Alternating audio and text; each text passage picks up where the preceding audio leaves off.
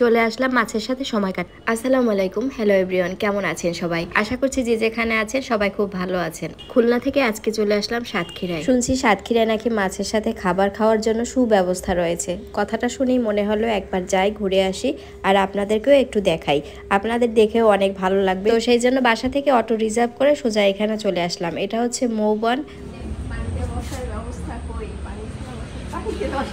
Moubon Chinese restaurant and party centre. তো প্রথমেই আমাকে জুতাটা রেখে এখানে তারপরে ঢুকতে হলো। এখানে শুধু আমার একার জুতা নয়, যারা যারা এখানে রয়েছে তাদের সবার জুতা এখানে রাখার জন্য সুব্যবস্থা রয়েছে। ওমা, পানিগুলো কি ঠান্ডা! 3টা স্টেপ ধাপে ধাপে পার হয়ে তারপরে আমাদের ভিতরে যাওয়া লাগছে। সবার কাছে রিকোয়েস্ট থাকলো, ভিডিওটা ভালো লাগলে ছোট্ট একটা লাইক দিয়ে অবশ্যই ভিডিওটা শেয়ার করে দিবেন।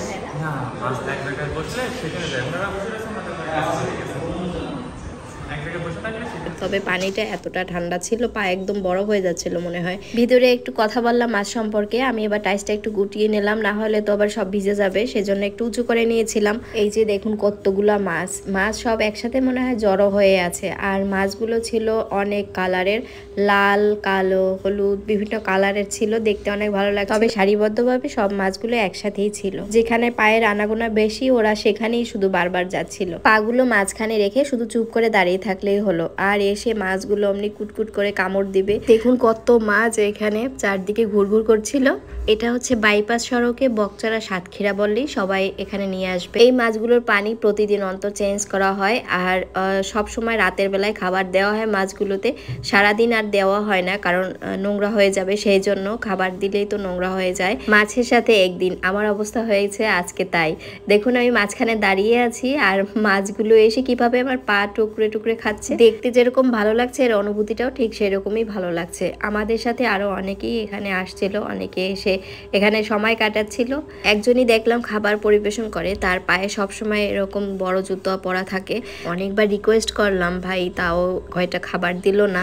আমার ইচ্ছা করছিল আমি খাবার দিই আর সব মাছগুলো একসাথে চলে আসুক, কিন্তু খাবার দেওয়ার প্রয়োজন নেই। এমনিতেই পা দুটো একসাথে করে দাঁড়িয়ে থাকলেই মাছগুলো চারিদিক গুড়গুড় করে চলে আসে। আর আমরা সবাই বসা, এই যে দেখুন মাছগুলো সব এখানে চলে আসছে। মাছগুলো দেখতে কতটা সুন্দর, তাই না? সবগুলো হলুদ হলুদ, আর কিছু কিছু মাছ ছিল বড় বড়, সেগুলো একদমই পাশে এক কর্নারে দাঁড়িয়েছিল, একদমই আসেনি।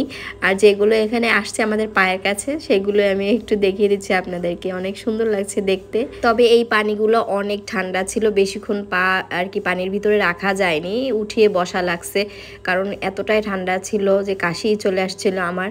তো আমরা এখানে খাবারের অর্ডার করব, যেহেতু দুপুরের খাবার আমরা খেয়ে বের হয়েছি, সেজন্য ভারী আর কিছু অর্ডার করলাম না, জাস্ট ফালুদা, লাচ্ছি আর হচ্ছে কফি। তো এইগুলাই অর্ডার করলাম এখানে।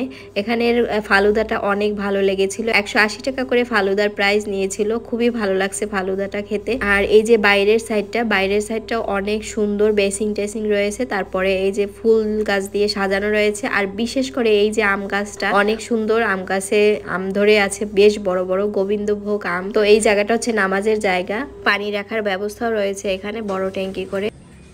এটা বড় হয়েছে, এইগুলো না অনেক মজার, এই আমগুলো মিষ্টি হয় ভালো, পাকছে নরম হয়ে গেছে। এটার কি আম বলে? গোবিন্দভোগ।